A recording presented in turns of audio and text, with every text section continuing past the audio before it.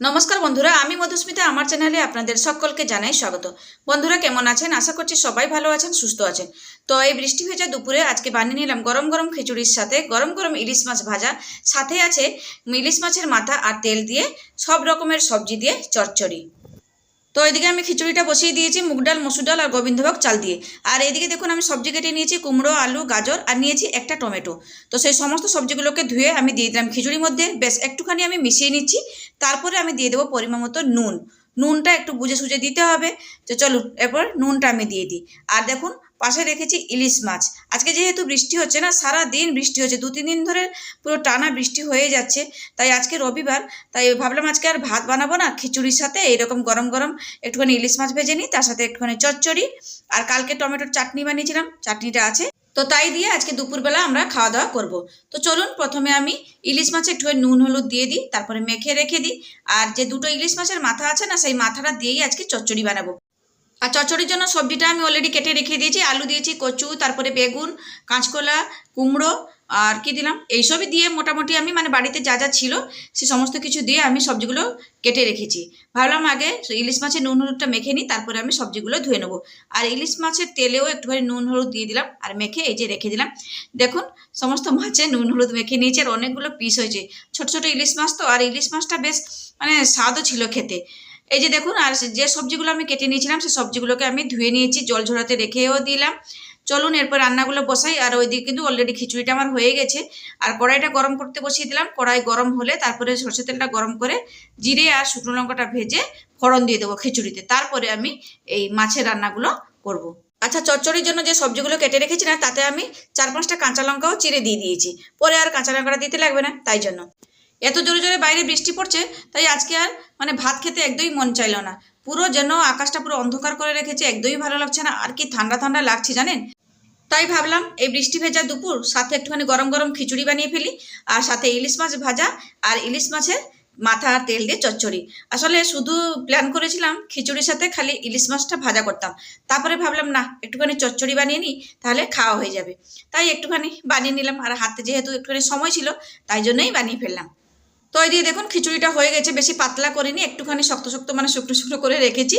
আর এদিকে জিরে আর শুকনো লঙ্কাটা ভাজা ভাজাও হয়ে গেছে। চলুন তাহলে এই মানে এই ফোড়নটা আমি ঢেলে দিই। আর ঘি টি কিছুই দিইনি, সাদা সিম্পল এইভাবেই আমি বানিয়ে ফেলেছি। খেতে কিন্তু না খুব ভালো হয়েছিল। যাই হোক চলুন, আর এটা চট করে আমি ঢাকা দিয়ে দিই, নাহলে ফ্লেভারটা পুরো বেরিয়ে যাবে। থাক এরকমই ঢাকা দেওয়া। এরপরে চলুন আমি চচ্চড়িটা রান্না করে ফেলি। আর তার জন্য কড়াইতে দিয়ে দিচ্ছি পরিমাণ মতো সর্ষের তেল। তেলটা গরম হলে তারপরে মাছের মাথাটা ভেজে নেব। আর তেলটা যতক্ষণ গরম করতে বসেছিলাম, সেই ফাঁকে আমি পেঁয়াজটা কেটে নিলাম। গোটা পেঁয়াজটা মানে খোসা ছাড়িয়ে আমি পাশেই রেখেছিলাম, তারপরে একটুখানি বটিতে বসে কেটে নিলাম। দেখুন এই যে মাছের মাথাগুলো দিয়ে দিয়েছি, বেশ লাল লাল করে ভেজে এখন তুলে নেব। আর দুটো মাছের তেল, তো ওইটুকুনি তেল আমি আলাদাভাবে আর ভাজলাম না, তাই জন্য চচ্চড়িতে দিয়ে দিয়েছিলাম। খেতে কিন্তু না দুর্দান্ত হয়েছিল। তো ইলিশ মাছের তেল আর ইলিশ মাছের মাথা দিয়ে চচ্চড়ি কার বা খেতে ভালো না লাগে? সববারই খেতে ভালো লাগে, তাই না? তো আমাদেরও ভালো লাগে, তাই আজকে আমি খিচুড়ির সাথে বানিয়ে ফেললাম। সবসময় তো ভাতের সাথে বানাই, তো আজকে খিচুড়ির সাথে বানিয়ে খেলাম। দুপুরবেলা কিন্তু না দারুণ খেয়েছিলাম এই মানে চচ্চড়ি আর ওই খিচুড়ি দিয়ে। যাই হোক এদিকে দেখুন তেলটা গরম হয়ে গেছিলো, তাতে শুকনো লঙ্কা, 5 ফোড়ন একটুখানি ভাজা ভাজা করে নিয়ে তারপর দিয়ে দিলাম কেটে রাখা পেঁয়াজ। বেশ পেঁয়াজটা একটুখানি লাল লাল করে ভেজে নিয়েছি। এরপরে দিয়ে দিচ্ছি ইলিশ মাছের তেল। ওই ওই এইটুকুনি তেল ছিল, তাই ওই পেঁয়াজের সাথেই আমি ভেজে নিচ্ছি একেবারে। চলুন একটুখানি ভাজা ভাজা করে নিয়ে তারপরে আমি সবজিগুলো দেবো। এই যে দেখুন ইলিশ মাছ তেলটা আমি পেঁয়াজের সাথে ভালো করে ভেজে নিয়েছি। এরপরে এই কেটে ধুয়ে রাখা সবজিগুলোকে দিয়ে দেবো। আর চচ্চড়িটা কিন্তু আজকে দারুণ হয়েছিল, কি বলবো। যাই হোক এই সবজিগুলো দিয়ে দেওয়ার পর দিয়ে দিলাম পরিমাণ মতো হলুদ গুঁড়ো, তারপরে দিয়ে দেবো পরিমাণ মতো নুন। এই নুন হলুদটা দিয়ে দেওয়ার পর 2-4 মিনিট আমি সবজিটাকে ভেজে নেব। সবজিটা যত ভাজা হবে না, চচ্চড়িটা খেতে কিন্তু তেমন ভালোও লাগবে। যাই হোক 2-4 মিনিট ভেজে নেওয়ার পর দিয়ে দিলাম ইলিশ মাছের মাথা দুটো। ব্যাস আরও 2 থেকে 3 মিনিট এইভাবে আমি ভেজে নেব, তারপরে ঢাকা দিয়ে আমি রেখে দিলাম। ব্যাস তার ফাঁকে আমি এখানে সাদা সর্ষে 1 চামচ মতো নিয়েছি, সেটাকে আমি মিহি করে বেটে নিলাম। মানে সাদা সর্ষে বাটা না দিলেও এমনি চচ্চড়ি বানালেও হতো। তাই ওর বাবা বললো একটুখানি সর্ষে বাটা দিয়ে দাও, তাই সর্ষেটা বেটে আমি এখন দিয়ে দেবো। যেহেতু কাঁচা লঙ্কাটা চিড়ে দিয়েছি না, তাই কাঁচা লঙ্কাটা আর বাটলাম না। চলুন এই সর্ষে বাটাটা নিয়ে একটুখানি জলের মধ্যে গুলিয়ে নিই, তারপরে আমি চচ্চড়িতে দেবো। বেশ এদিকে দেখুন ঢাকাটা খুলে নিলাম, চচ্চড়িও মোটামুটি হয়ে গেছে। আর সর্ষে বাটাটা না দিলেও না এমনি ওই চচ্চড়িটা খেতে কিন্তু খুব ভালো লাগে। যাই হোক, চচ্চড়িটা একটুখানি নাড়াচাড়া করে নিয়ে তারপরে দিয়ে দিলাম সর্ষে বাটা জলটা, ব্যাস।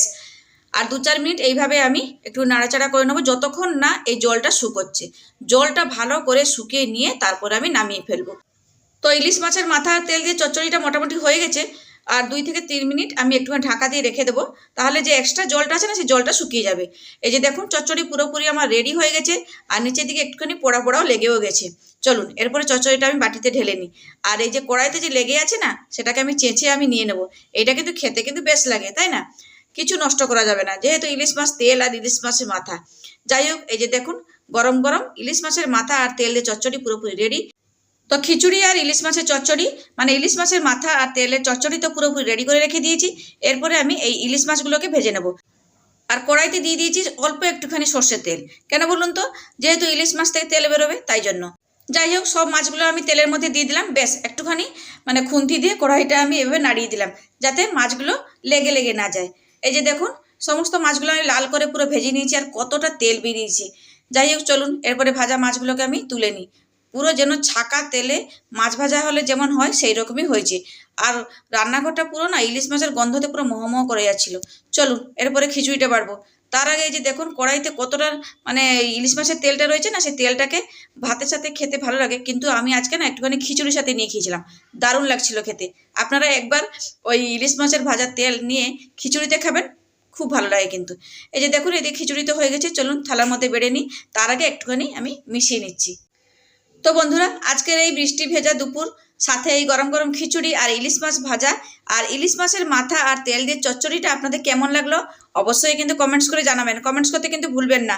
আর মনে করে কিন্তু একটা লাইক করে দেবেন যদি আমার ভিডিওটা ভালো লাগে তাহলে। আর কালকে আমি বানিয়ে রেখেছিলাম না কাজু আর কিশমিশ দিয়ে টমেটোর চাটনি, তা সেই চাটনিটা অনেকটা আছে, তাই আজকে আর চাটনি বানালাম না। আর খিচুড়ি করছি, একটু চাটনি হলেও তো ভালো হয়, তাই না? যাই হোক, আজকে কিন্তু রবিবার দুপুরটা খুব ভালো মতো জমে গেছিলো খাওয়া দাওয়া নিয়ে। যাই হোক, খিচুড়ি ভেড়ে নিয়েছি, এরপর নিয়ে নিচ্ছি চচ্চড়ি, গরম গরম চচ্চড়ি, পুরো ধোঁয়া ওঠা। সব কিছু আজকে গরম। এদিকে বাইরে পড়ছে বৃষ্টি, আর এদিকে গরম গরম খিচুড়ির সাথে গরম গরম চচ্চড়ি, ইলিশ মাছ ভাজা, তারপরে আছে টমেটোর চাটনি। আহ, দারুণ খাবার। তো খিচুড়ির পাশে নিয়ে নিলাম ইলিশ মাছ ভাজা, আর ফ্রিজ থেকে বের করে নিয়ে এসেছি ঠান্ডা ঠান্ডা কুল কুল পুরো টমেটোর চাটনি, ব্যাস খিচুড়ির উপরে একটু নিয়ে নিচ্ছি। তো বন্ধুরা, আজকের মতো এখানেই থাকলাম, আবার ফিরে আসবো একটা নতুন ভিডিও নিয়ে। ততক্ষণ সবাই ভালো থাকবেন, সুস্থ থাকবেন, টাটা।